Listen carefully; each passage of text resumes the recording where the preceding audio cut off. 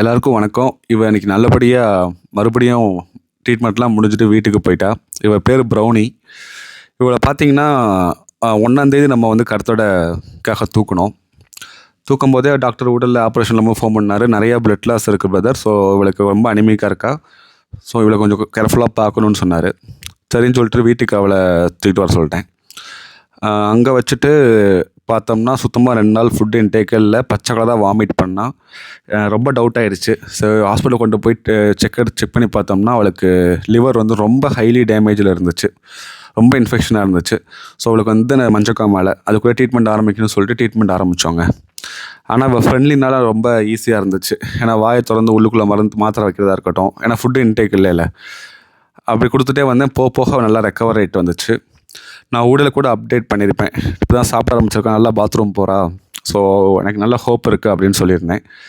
So நம்ம 21 நாள் diagnosis முடிச்சுட்டு ரிலீஸ் பண்ணால் ப்ராப்பராக இருக்கும் அப்படின்னு சொல்லிட்டு இன்றைக்கி வந்து 21ஆவது நாளுங்க.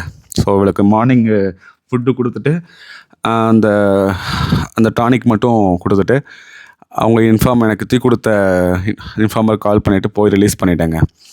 சந்தோஷமாக இருந்துச்சு. ஏன்னா நமக்கு பார்க்கும்போது ரொம்ப ஹெல்த்தியாக தெரியும். பட் உள்ளுக்குள்ளே இந்த பிள்ளைங்களுக்கு ஏதாவது பிரச்சனை இருக்க வாய்ப்பு இருக்குது.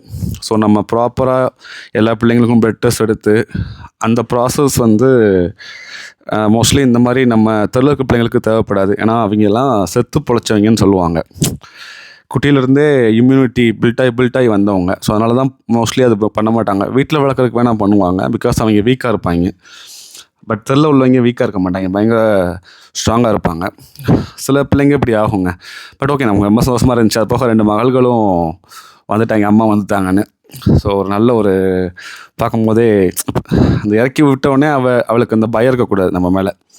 சந்தோஷமாக வாலாட்டிக்கிட்டு பார்த்தோன்னே ஓடாமல் பயத்தில் இருந்துச்சுமா. அது ஒரு தனி ஃபீலுங்க. இந்த மாதிரி நம்ம முடியாத பிள்ளைங்கள கொண்டு வந்து வச்சுட்டு அவங்கள சரி பண்ணிவிட்டு நம்ம சரி பண்ணுறது வந்து சும்மா சரி பண்ணிட்டோம், மாத்திரை கொடுத்தோம் அப்படிலாம் கிடையாது. அதுக்கு அடுத்து ஒரு பெரிய ப்ராசஸ் இருக்குது.